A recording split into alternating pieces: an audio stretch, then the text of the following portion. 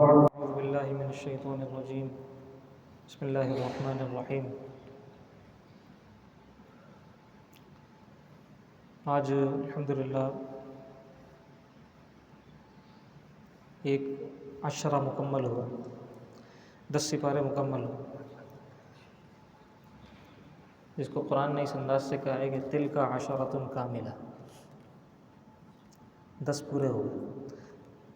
آج سورہ انفال کی ہم نے سماعت کی اور سورہ توبہ کا اکثر حصہ سماعت کیا۔ سورۃ الانفال بہت معروف ہے، سلیبس میں بھی بچوں کے موجود ہے اور کئی ہمارے نوجوانوں کو بھی سورہ انفال کے احکام کا علم ہوتا ہے کیونکہ کورس کا حصہ ہے۔ اس میں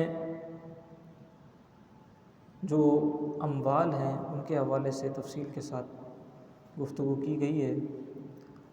اس کے بعد اگلی آیت میں اللہ رب العزت نے فرمایا کہ انما المؤمنون الذین اذا ذکر اللہ وجلت قلوبهم واذا تلیت علیہم آیاتہ زادتہم ایمانا وعلی ربہم یتوکلون۔ کہا کہ مومن تو وہ ہیں، مومن تو وہ ہیں کہ جب ان کے سامنے اللہ کا ذکر کیا جائے وجلت قلوبہم، ان کے دل ڈر جائیں، ان کے دل ڈر جائیں، کانپ جائیں، لرز جائیں۔ وَإِذَا تُلِيَتْ عَلَيْهِمْ آيَاتُهُ زَادَتْهُمْ إِيمَانًا، اور جب ان کے سامنے اللہ کی آیات تلاوت کی جائیں تو ان کے ایمان میں اضافہ ہو جائے، ان کا ایمان بڑھ جائے۔ اب ایمان بظاہر کوئی کثافت والی چیز نہیں ہے کہ جو پہلے 1 کلو تھا پھر اس میں تھوڑا سا اور اضافہ ہو گیا، ایسا تو نہیں ہے، اس کو تولا تو نہیں جاتا، لیکن اپنی حقیقت کے اعتبار سے اس کے اندر جو کمی اور زیادتی کا معنی ہے وہ یہ ہے کہ کمزوری اور پختگی۔ تو زادتہم ایمانا، ان کا ایمان بڑھ جاتا ہے، وعلی ربہم یتوکلون، اور وہ اپنے رب پر ہی توکل کرتے ہیں۔ اب ذرا ایمان والے اپنے ایمان کا جائزہ لیں۔ اللہ نے جن ایمان والوں کی تعریف فرمائی، آپ انداز دیکھیں نا، انما المؤمنون الذین، ایمان والے تو وہ ہیں کہ جن کے سامنے جب اللہ کا ذکر کیا جائے تو ان کے دل ڈر جائیں، اور جب اللہ کی آیات تلاوت کی جائیں تو ان کے ایمان میں اضافہ ہو جائے۔ ہمارا حال یہ ہے کہ کہیں ہمیں پتہ چلتا ہے کہ درس قرآن ہو رہا ہے تو شروع ہونے سے پہلے ہم اس مجلس سے چلے جاتے ہیں، کہیں ایسا نہ ہو کہ ہمیں سننا پڑ جائے، اور کہیں گانے باجے کی محفل ہو تو وہاں شروع ہونے سے پہلے موجود ہوتے ہیں، کہیں ایسا نہ ہو کچھ نکل جائے۔ تو اب اس صورتحال کو ہم پیش نظر رکھتے ہوئے، مد نظر رکھتے ہوئے اپنے ایمان کا جائزہ لیں۔ مومن تو اللہ کی آیات کو سننے کے لیے ترستا ہے۔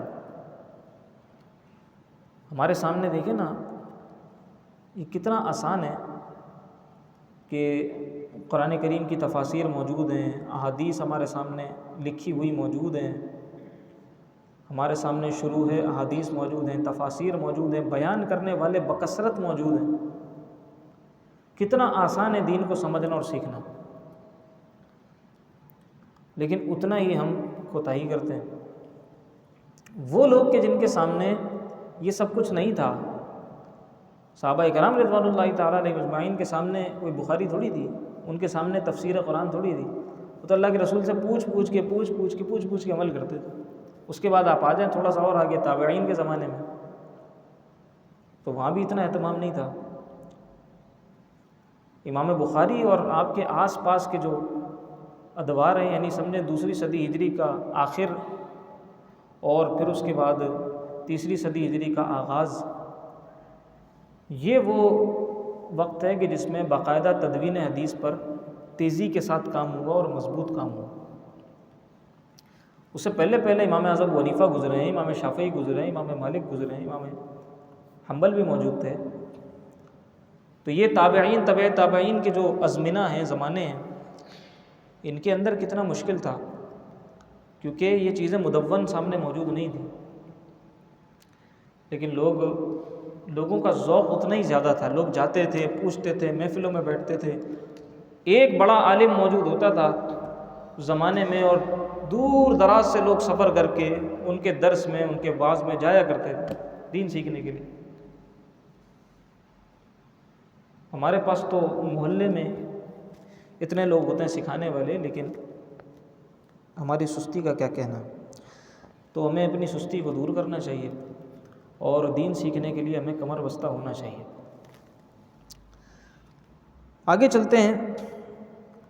اللہ رب العزت نے جہاد کے، قتال کے احکام بہت تفصیل کے ساتھ ذکر فرمائے۔ پھر اسی طرح 10واں سپارہ شروع ہوتا ہے تو غنائم کا ذکر تفصیل کے ساتھ کیا ہے۔ خمس غنائم کس کس کے پاس جائے گا، مال غنیمت کا خمس، اس کا ذکر تفصیل کے ساتھ ہوا ہے 10ویں سپارے کے آغاز سے ہی۔ پھر اس کے بعد آگے چلتے ہیں تو سورہ توبہ شروع ہو جاتی ہے۔ سورہ توبہ میں فرمایا کہ قاتلوہم یعذبہم اللہ بایدیکم ویخزہم وینصرکم علیہم ویشفی صدور قوم مؤمنین۔ آپ انداز دیکھیں اور احکام دیکھیں۔ قاتلوہم فرمایا کہ ان سے قتال کرو، قتال کرو۔ یعذبہم اللہ بایدیکم، اللہ تمہارے ہاتھوں ان کو ہلاک کرے گا، تم آگے تو بڑھو، تمہارے ہاتھوں ان کی ہلاکت مقدر ہوگی، تم آگے تو بڑھو۔ وَيُخْزِهِمْ، ان کو رسوا کر دے گا۔ وَيَنْصُرْكُمْ عَلَيْهِمْ، تمہیں اللہ تعالیٰ تمہاری مدد کرے گا۔ وَيَشْفِ صُدُورَ قَوْمِ مُؤْمِنِينَ، اور ایمان والوں کے دلوں میں ٹھنڈ پڑ جائے گی، شفا مل جائے گی، سکون مل جائے گا، اطمینان ہو جائے گا، طمانینت ہو جائے گی، ایمان والوں کو تو مزہ آ جائے گا۔ لیکن آگے تو بڑھو۔ ہم آگے نہ بڑھیں بلکہ ہم اپنے بہن بھائیوں کو کٹتا پٹتا چھوڑ دیں، اور ہم یہ بعض ایسے بھی ہیں وہ کہتے ہیں کہ شکر ہے ہمارے حالات تو اچھے ہیں۔ تو یہ آگ بڑھتے بڑھتے بڑھتے بڑھتے کوئی بعید نہیں ہے، جلد یا بدیر ہمارے گھروں کو جلائے گی، یہ آگ یہاں بھی آئے گی، اور اب خواہی نہ خواہی ہمیں اس کے لیے قدم تو بڑھانا پڑے گا۔ اب وہی بات ہے کہ طوعاً و کرہاً، چاہیں تو ہم اطاعت کر کے بڑھا لیں، یا چاہیں تو ہم ناپسندیدگی کے ساتھ بڑھا لیں، اور اگر یہ آگ دنیا میں نہ بھی پکڑے، آخرت کی آگ ضرور پکڑے گی، اس سے ڈرنا چاہیے۔ اسی طرح آگے چل کر بہت تفصیل کے ساتھ اللہ رب العزت نے فرمایا کہ یا ایھا النبی جاہد الکفار والمنافقین واغلظ علیہم۔ آپ دیکھیں کہ اے ایمان والوں، ان کافروں سے جہاد کرو، ان منافقوں سے جہاد کرو، واغلظ علیہم، ان پر سختی کرو، ومأواہم جہنم، ان کا ٹھکانہ جہنم ہے، تم آگے بڑھو۔ تو یہ نبی علیہ السلام کو حکم ہے، اور قرآن کے احکام قیامت تک کے لیے نبی علیہ السلام کو حکم ہے، اور پھر اسی کی مطابعت میں تمام مومنین کو حکم ہے کہ آگے بڑھو، قتال کرو۔ تو قتال کے احکام اس کے اندر وہ تفصیل کے ساتھ موجود ہے، اور یہاں پر واضح طور پر اللہ رب العزت نے فرما دیا کہ یا ایھا الذین آمنوا لا تتخذوا آباءکم واخوانکم اولیاء ان استحبوا الکفر علی الایمان۔ اے ایمان والو، اگر تمہارا باپ بھی ہو، اگر تمہارا سگا بھائی بھی ہو، اور وہ ایمان کے مقابلے میں کفر کو پسند کرتا ہو، تو تم اس سے محبت کا ناطہ اور تعلق نہ رکھو، بلکہ تمہارا تعلق جس سے ہونا چاہیے وہ اللہ کی رضا کے لیے ہونا چاہیے، جو اللہ کا ہے وہ تمہارا ہے۔ اس کا یہ مقصد نہیں ہے کہ باپ سے رشتہ توڑ دیا جائے، بھائی سے رشتہ توڑ دیا جائے۔ بھائی تو بھائی ہے، وہ تو خون کا رشتہ ہے، باپ تو باپ ہے، خون کا رشتہ ہے۔ لیکن جہاں اللہ اور اس کے رسول کے حکم کی مخالفت آئے گی وہاں باپ کی مخالفت کی جائے گی اور اللہ کے حکم کی اطاعت کی جائے گی۔ یہ قاعدہ ہے، لا طاعۃ لمخلوق فی معصیۃ الخالق۔ یہ اصول ہے، سیٹ قاعدہ ہے کہ مخلوق کی اطاعت جائز ہی نہیں ہے اس کام میں جس کام میں مخلوق کی اطاعت کرنے سے، فرما برداری کرنے سے خالق کی نافرمانی لازم آتی ہو۔ وہ مخلوق پھر چاہے باپ ہی کیوں نہ ہو، وہ چاہے پھر ماں ہی کیوں نہ ہو۔ تو اللہ تعالیٰ اگر حکم دیتا ہے عورت کو پردہ کرنے کا اور ماں منع کرتی ہے، باپ منع کرتا ہے، تو پیار محبت سے سمجھایا جائے، لڑا جھگڑا نہ جائے۔ لیکن یہ اس بات کی دلیل نہیں ہے کہ مجھے میری ماں نے منع کیا تھا اس لیے میں نے پردہ نہیں کیا، مجھے میرے باپ نے منع کیا تھا اس لیے میں نے اللہ کے حکم کے آگے سر تسلیم خم نہیں کیا۔ یہ اس بات کی دلیل نہیں ہے۔ لہٰذا ماں باپ کو بھی سمجھ لینا چاہیے، اسی طرح اس شوہر کو سمجھ لینا چاہیے جس کی بیوی اطاعت کرنا چاہتی ہے اللہ کی، لیکن وہ شوہر راستے کی دیوار بن جاتا ہے۔ اس بیوی کو سمجھنا چاہیے جو شوہر اللہ کے راستے میں جانا چاہتا ہے، نمازوں کی پابندی کرنا چاہتا ہے، سنت اپنے چہرے پر سجانا چاہتا ہے، اپنے سر کو ڈھانپنا چاہتا ہے، نمازوں کا پابند بننا چاہتا ہے، اور وہ عورت کہتی ہے تم یہ کیا، تم مولوی بنتے جا رہے ہو، یہ داڑھی تمہارے چہرے پہ اچھی نہیں لگتی۔ ایسی مثالیں موجود ہیں۔ اور آدمی اس کی محبت میں کہ بھائی میری بیوی کو اچھا نہیں لگتا لہذا وہ داڑھی منڈوا دی، نمازیں پڑھنا چھوڑ دی، مسجد سے غائب ہو گئے کہ میری بیوی کہتی ہے تم تو مولوی بنتے جا رہے۔ یاد رکھیں، لا طاعۃ لمخلوق فی معصیۃ الخالق۔ کسی مخلوق کی اطاعت، اس کی فرما برداری یہ جائز نہیں ہے۔ کس میں؟ اس معاملے میں جس میں خالق کی نافرمانی لازم آتی ہو۔ خالق اور مخلوق ان دونوں کی رضا، ان دونوں کی خوشی جب ٹکرا جائے گی تو خالق کی خوشی کو ترجیح دی جائے گی، مخلوق کی خوشی کو چھوڑ دیا جائے گا۔ اس کی اگلی آیت آپ سن لیں، واضح طور پر اعلان کیا قرآن نے کہ قل ان کان آباؤکم وابناؤکم واخوانکم وازواجکم وعشیرتکم، اے حبیب آپ ان سے کہہ دیجئے کہ پھر چاہے تمہارے باپ ہوں، پھر چاہے تمہارے بیٹے ہوں، پھر چاہے تمہارے بھائی ہوں، پھر چاہے تمہاری بیویاں ہوں، پھر چاہے تمہارے خاندان والے ہوں، وَأَمْوَالٌ اقْتَرَفْتُمُوهَا، چاہے وہ مال ہو کہ جو تم نے بڑی محنت سے کمایا ہے، وَتِجَارَةٌ تَخْشَوْنَ كَسَادَهَا، پھر چاہے وہ تجارت ہو جس کے ہلاک ہو جانے کا تمہیں ہر وقت دھڑکا لگا رہتا ہے، وَمَسَاكِنُ تَرْضَوْنَهَا، پھر چاہے وہ گھر ہوں جو تم نے بڑی محبت سے اور بڑی محنت سے بنائے ہیں اور جن سے تم بہت پیار کرتے ہو، ان سے جدا نہیں ہونا چاہتے، انہیں چھوڑنا نہیں چاہتے۔ کہا کہ یہ ساری چیزیں، تمہارا باپ، تمہارا بھائی، تمہارا بیٹا، تمہاری بیویاں، تمہارے خاندان والے، تمہارا مال تجارت، تمہارے مساکن اور جتنی چیزیں ذکر ہوئی ہیں،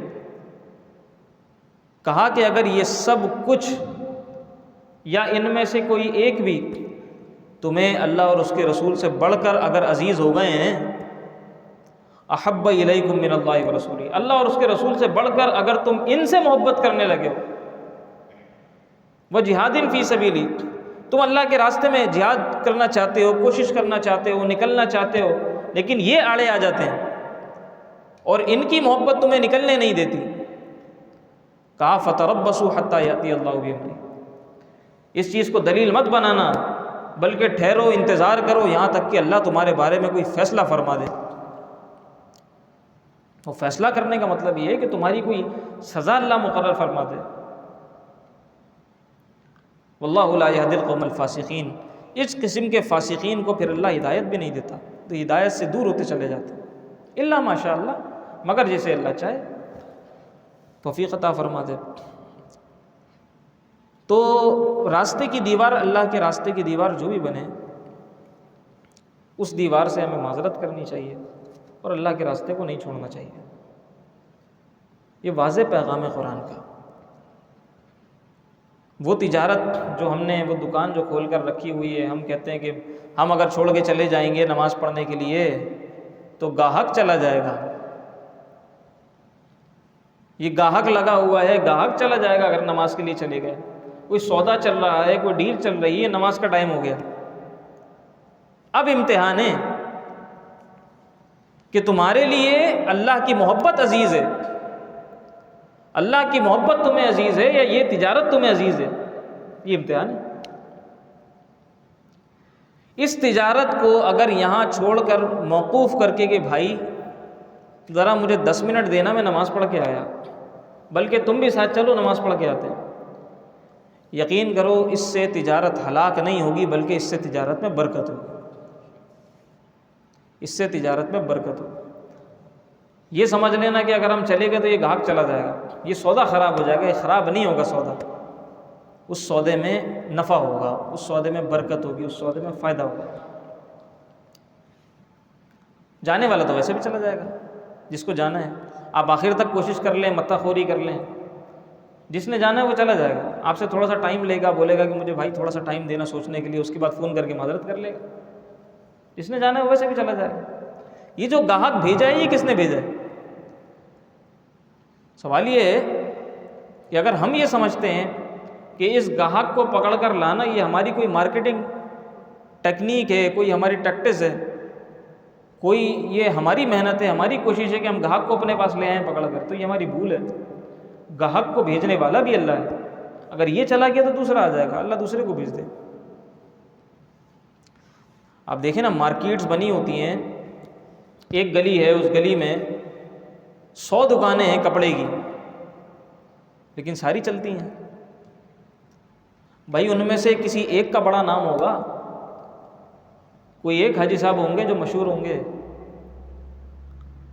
کوئی ایک ایسا ہوگا جس کا اخلاق بہت اچھا ہوگا، وہ اپنے اخلاق پہ مشہور ہوگا، کوئی ایسا ہوگا جو مہمان نوازی میں مشہور ہوگا، کوئی ایسا ہوگا جس کی دکان بڑی ہوگی، چکا چوند ہوگی، جاؤ تو مزہ آ جاتا ہے، اے سی چل رہا ہے بہترین، ویلکم بہترین ہے۔ سارے تو نہیں ہوں گے، لیکن دکانیں سب کی چلتی ہیں، کاروبار کسی کا بند نہیں ہوتا، دکانیں سب کی چلتی ہیں، کسی کی کم کسی کی زیادہ، گھر سب کا چلتا ہے۔ تو یہ تصور تو کریں کہ ایک گلی میں، اچھا کوئی کسی سے سیٹسفائی ہوتا ہے، کوئی کسی سے سیٹسفائی ہوتا ہے، آپ جا کے پوچھیں وہ بولے گا بڑی دکان ہے، لیکن میں اس سے مطمئن نہیں ہوں۔ وہ جو چھوٹی دکان لے کے ایک انکل بیٹھے ہوئے ہیں نا، ایک بڑے میاں بیٹھے ہیں بیچارے غریب سے، مجھے تو وہ سمجھ میں آتا ہے، میں تو ان سے سودا لیتا ہوں۔ کسی کو وہ سمجھ میں آ جائیں گے، کوئی اس لیے نہیں جائے گا کہ ان کے پاس تو مال ہی نہیں ہے بیچاروں کے پاس، جن کی بڑی دکان ہے ان کے پاس جاؤ وہاں زیادہ مال ہے۔ تو کسی کا کہیں سے ہو جائے گا، کسی کا کہیں سے ہو جائے گا، یہ سب اللہ کی تقدیر ہے، یہ سارے سودے اللہ نے مقرر کیے ہیں کہ کس کا رزق کہاں سے ملنا ہے۔ لہٰذا اگر ہم یہ سوچ لیں کہ بھائی ہم نماز کے لیے چلے جائیں گے تو یہ سودا خراب ہو جائے گا، یہ ہماری بھول ہے، اس سودے میں برکت ہوگی، اور اگر چلا بھی گیا یہ سودے والا گاہک تو اللہ کوئی دوسرا بھیج دے گا۔ ہمارے رزق کا انتظام اس نے کیا ہوا ہے، ہمارے جو ذمے ہے وہ ہے کوشش، نتیجہ ہمارے ذمے نہیں ہے، نتیجہ اللہ کے ذمے ہے، ہمارے ذمے کوشش ہے، ہم اپنی کوشش کرتے رہیں، نتیجہ اللہ تعالیٰ تھا۔ لیکن ہم کوشش بھی نہ کریں اور پھر ہم ہاتھ پہ ہاتھ دھرے منتظر فردہ ہوں، تو ظاہر ہے کہ یہ ہماری خام خیالی ہے، یہ ہماری غلط فہمی ہے۔ آگے چلتے ہیں، کہا کہ یا ایھا الذین آمنوا انما المشرکون نجس فلا یقربوا المسجد الحرام بعد عامہم ھذا، اے ایمان والو یہ جو مشرکین ہیں یہ نجس ہیں، ناپاک ہیں۔ اب بظاہر ہو سکتا ہے ان کے جسم پر کوئی ناپاکی نہ، لیکن ان کے دل میں جو ایک ناپاکی ہے وہ کفر کی ناپاکی ہے، وہ شرک کی ناپاکی ہے، اور یہ ناپاکی اتنی بڑی ناپاکی ہے کہ ظاہری ناپاکی تو پھر پانی سے دھل جاتی ہیں، یہ نہیں دھلتی، یہ کلمے سے ہی دھلتی ہے۔ تو کہا کہ یہ مشرکین نجس ہیں، آج کے بعد، اس سال کے بعد یہ مسجد حرام کے قریب بھی نہ آئیں۔ اب آپ دیکھ رہے ہیں کہ اپنوں سے ناراضگی، اپنوں سے دشمنی اور غیروں سے دوستی، مشرکین مسجد حرام کے آس پاس بھٹکتے پھر رہے ہیں یا مسجد نبوی کے آس پاس بھٹکتے پھر رہے ہیں۔ چلو ٹھیک ہے، کہنے والے کہتے ہیں، اور بات بھی ایسے ہی ہے کہ یقربل کا مطلب یدخلو ہے کہ یہ مسجد حرام کی حدود میں داخل نہ ہو، یعنی اللہ نے جو فرمایا کہ مسجد حرام کے قریب نہ آئیں، اس کا مطلب یہ ہے کہ مسجد حرام کے اندر داخل نہ ہوں۔ یہ بات ٹھیک ہے، تو بھائی اندر تو داخل نہیں ہوئے نا، صحیح، ہم نے مان لیا اندر داخل نہیں ہوئے، لیکن جب اللہ تعالیٰ یہ فرماتا ہے نا، یہ دیکھیں اللہ تعالیٰ نے یدخلو نہیں فرمایا، اللہ تعالیٰ نے یقربو فرمایا، اس کی حکمت ہوتی ہے۔ یقربو کا صیغہ اور بھی جگہوں پر استعمال ہوا ہے، یا ایھا الذین آمنوا لا تقربوا الصلاۃ، وہاں پہ بھی قرب کا صیغہ استعمال ہوا ہے کہ نماز کے قریب بھی مت جانا، یعنی مقصد یہ ہوتا ہے کہ اس کا خیال بھی مت کرنا۔ اسی طرح فرمایا ولا تقربوا مال الیتیم، یتیم کے مال کے قریب بھی مت جانا۔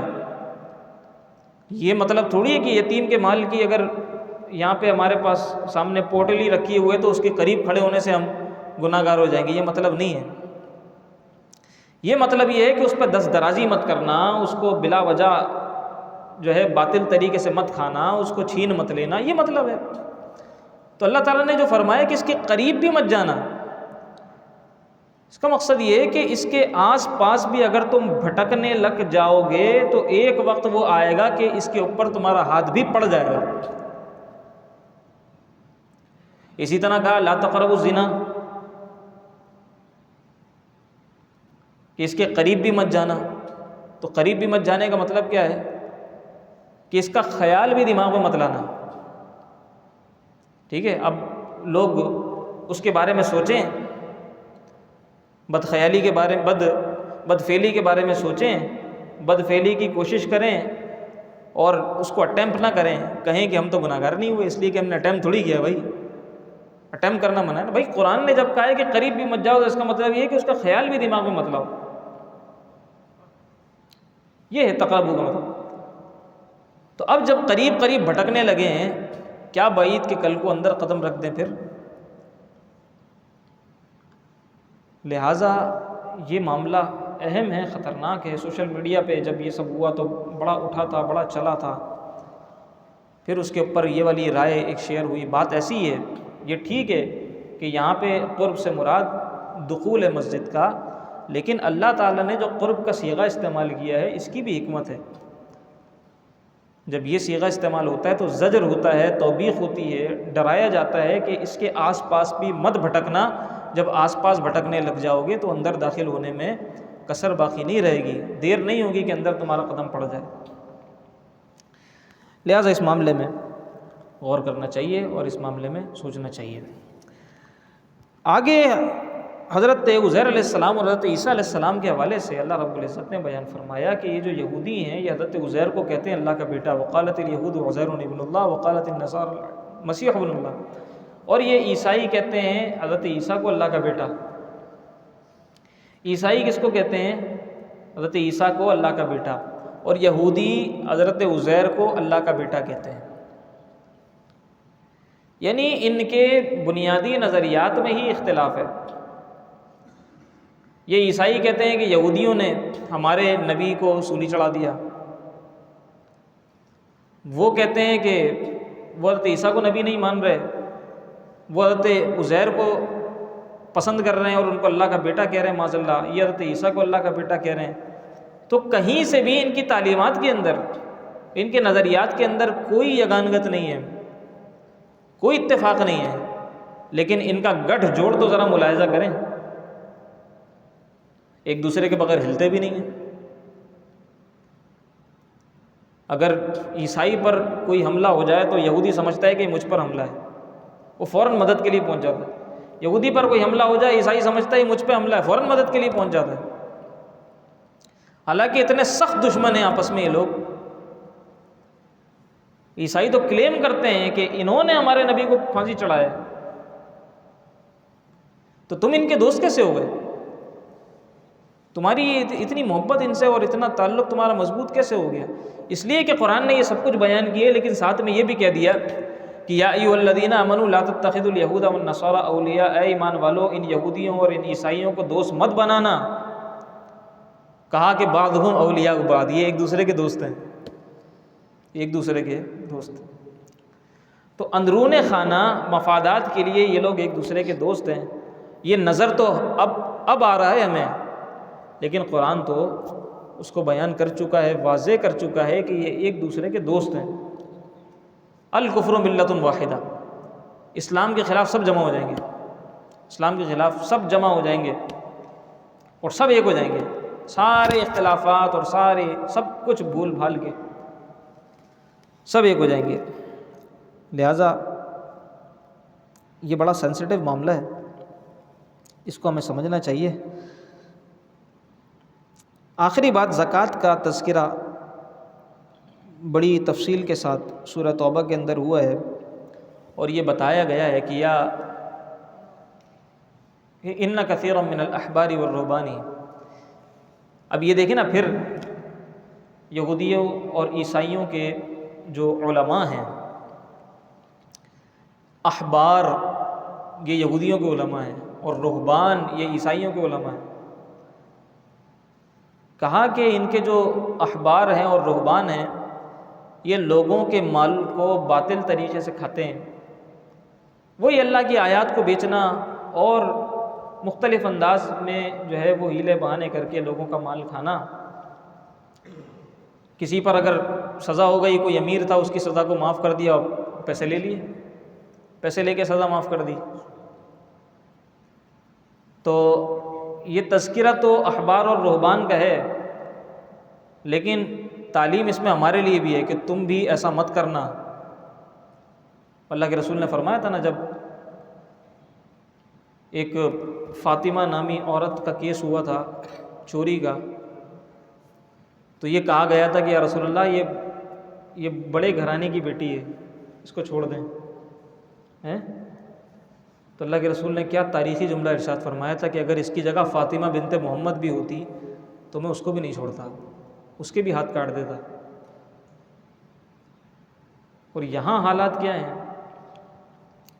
کہ ہمارے اوپر ٹھیک ٹھاک جو ہے نا وہ ایلیگیشنز لگا دی جائیں، سب ہمارے اوپر جناب جتنے جرائم بن سکتے ہیں، جتنی دفعات لگ سکتی ہیں وہ سب لگا دی جائیں، اور آخر میں پتہ چل جائے یہ فلاں صاحب کا بیٹا ہے، یہ فلاں کا رشتہ دار ہے، یہ فلاں کا ملازم ہے، اس کے بعد سب ایک جست میں ختم۔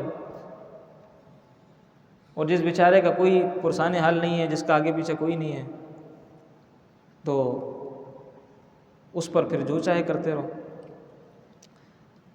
تو یہ جو اللہ رب العزت نے احبار کا، رہبان کا تذکرہ کیا ہے، اسی طرح اللہ تعالیٰ نے جو قصائص، جو تذکرے قرآن کے اندر ذکر کیے ہیں، وہ محض قصے کہانیاں نہیں ہیں کہ ان کو پڑھ کر ان سے لطف لو، وہ نصیحت کے لیے ہیں۔ کوئی بستی تباہ ہو گئی، اللہ نے ذکر کیا ہے، اس کا مقصد یہ ہے کہ تم یہ کام مت کرنا۔ تو جب ان کا ذکر کیا ہے تو مقصد یہ ہے کہ تم اس طرح کے کام مت کرنا، لیکن وہی سب کام نے شروع کر دیا۔ اور پھر کہا کہ والذین یکنزون الذھب والفضة ولا ينفقونها فی سبیل اللہ، کہ جو سونے چاندی کی زکوٰۃ ادا نہیں کرتے بلکہ اس کو سینت سینت کے جمع کر کر کے رکھتے ہیں، جب زکوٰۃ کا وقت ہوتا ہے تو ہیلے بہانے کرتے ہیں، کم ہے تو زیادہ ہے، تو سونے کا نصاب نہیں ہے تو چاندی کا نصاب نہیں ہے تو اس کو گفٹ کر دیا، یہ سب بھی ہوتا ہے۔ وہ اپنی بیوی کو گفٹ کر دے گا، بیوی اٹھا کے بچے کو گفٹ کر دے گی، وہ نابالغ کی ملکیت میں دے دے گی کہ اس کے اوپر تو زکوٰۃ بنتی ہی نہیں ہے، پھر بعد میں واپس لے لیں گے۔ یہ اللہ کے ساتھ مذاق چل رہا ہے، پھر وہ سب تباہ ہو جاتا ہے مال۔ تو کہا کہ یہ جو تم سینت سینت کے رکھتے ہو، الذین یکنزون الذھب والفضة ولا ينفقونها فی سبیل اللہ، اور اس کو خرچ نہیں کرتے ہو اللہ کے راستے میں، تو فبشرہم بعذاب علیم، خوشخبری ہے دردناک عذاب کی، یوم یحمى علیہا فی نار جہنم، کہ جب اس سونے چاندی کو جہنم کی آگ میں دہکایا جائے گا۔ جہنم کی آگ میں گرم کیا جائے گا. روز محشر یہ سب آ جائے گا، جتنا جمع کر کے رکھا تھا، سینت سینت کے رکھا تھا، اور زکوٰۃ نہیں دی تھی. ہاں زکوٰۃ دیتے ہیں پراپر تو پھر ٹھیک ہے، پھر استعمال کریں. تو اس پر احادیث بھی کثیر موجود ہیں.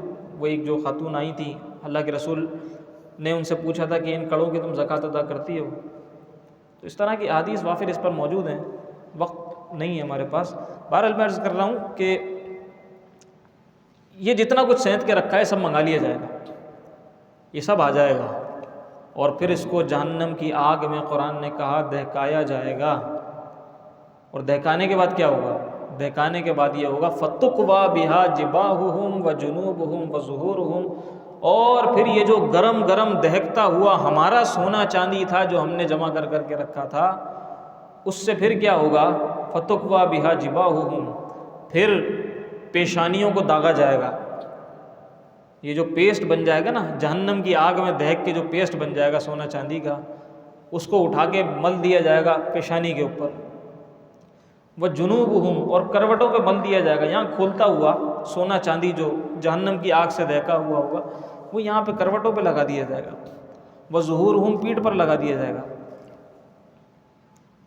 اور پھر کہا جائے گا ھذا ما کنزتم لانفسکم، یہ تھا جو تم نے اپنے لیے جمع کر کے سینت کے رکھا تھا، یہ جمع کر کے رکھا تھا تم نے. فذوقوا ما کنتم تکنزون، تو اب چکھو مزہ اپنے سیتے ہوئے مال کا، اپنے جمع کیے ہوئے مال کا، اب تم چکھ لو مزہ. تو یہ ہے، اتنا کچھ جمع کر کے رکھا، نہ جانے کس کس طرح کسی کو دھوکہ دے کے، کسی سے فراڈ کر کے، کسی سے چیٹنگ کر کے، کسی سے دو نمبری کر کے سب جمع کر کے رکھا. کچھ نہیں پتہ کب سانس بند ہو جائے وہ سارا کا سارا پیچھے رکھا رہ گیا، وہ سارا پیچھے رکھا رہ گیا. اور پیچھے جو رہنے والے ہمارے ورثاء ہیں وہ سب جھگڑ رہے ہیں ابا کے جاتے ہی، یہ میرا ہے، یہ میرا ہے، یہ میرا ہے، اس کا اتنا ہے، اس کا اتنا ہے. فوراً مفتی صاحب کے پاس چلے گئے، ابا کا حصہ تقسیم کرنا جلدی بتائیں. فوراً کورٹ میں چلے گئے، ابا کا حصہ تقسیم کرنا جلدی بتائیں. وہ سارے جھگڑ گئے ابا کے مال پہ. کس کے لیے جمع کیا تھا؟ تو اب وہ جتنے دھوکے دیے تھے، جتنے فراڈ کیے تھے، جتنی دو نمبریاں کی تھی، وہ الگ بھگتنے ہیں. اور پھر اگر اس کا حق ادا نہیں کیا تو یہ جہنم کا جو عذاب ہے اس کو داغا جائے گا، وہ الگ بھگتنا ہے. اللہ رب العزت ہمارے حال پر کرم فرمائے. اللہ رب العزت ہمارا حامی و ناصر ہو. ماہ رمضان کے سبب اللہ ہماری مغفرت فرمائے اور اللہ ہمارے احوال کی اصلاح فرمائے. وما علیہ الا البلاغ المبین. الحمد للہ رب